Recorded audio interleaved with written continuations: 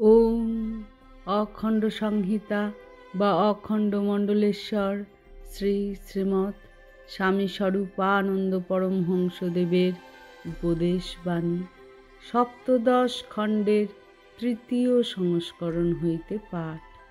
পৃষ্ঠা সংখ্যা 156।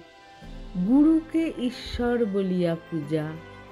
শ্রী শ্রী বাবামণি বলিলেন, নিজ নিজ গুরুদেবকে স্বয়ং পরমেশ্বর বা পরমেশ্বরের অবতার বলে পূজা করার একটা রীতি এই দেশে বহুল প্রচলিত। এর ভালো বা মন্দ নিয়ে বিচার করতে বসার আমার প্রয়োজন নেই। যে যেখানে নিজের মনকে নিঃশেষে বসিয়ে দিয়ে ডুব দিতে পারে, সেইখানটিতেই সে তার ঈশ্বরকে পেতে পারে। এ কথা মিথ্যা নয়, পূর্ণ সত্য। কিন্তু নিঃশেষে কথাটুকুর দিকে একটু খেয়াল রেখো। যেখানে নিজেকে ডুবিয়ে দেবার পর আর কোথাও ডুবে মরার ভয় থাকে না, সেখানেই নিঃশেষে ডোবা হলো বলে জানবে। সমুদ্রে কেউ ডুবে মরলে আর তার ডোবায় বা তুচ্ছ গর্তে ডুবে মরার প্রশ্ন ওঠে না। সুতরাং কে কাকে কখন সাক্ষাৎ পরমেশ্বর বলে মনে করবে, এটা তার ব্যক্তিগত ব্যাপার।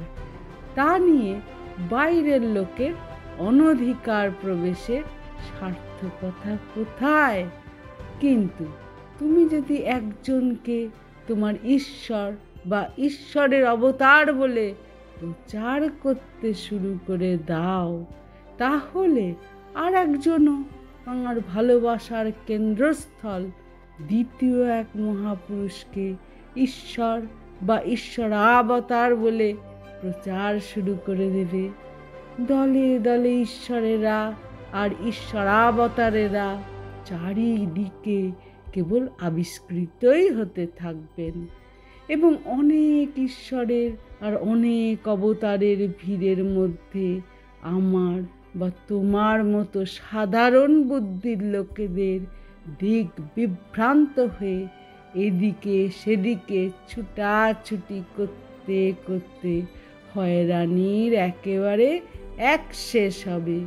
সুতরাং কেউ যদি হঠাৎ খুব আশ্চর্য রকমের বুঝ কিছু পেয়ে থাকো, তবে তা নিজ অন্তরেই গোপন করে রাখো, প্রচার করতে যেও না।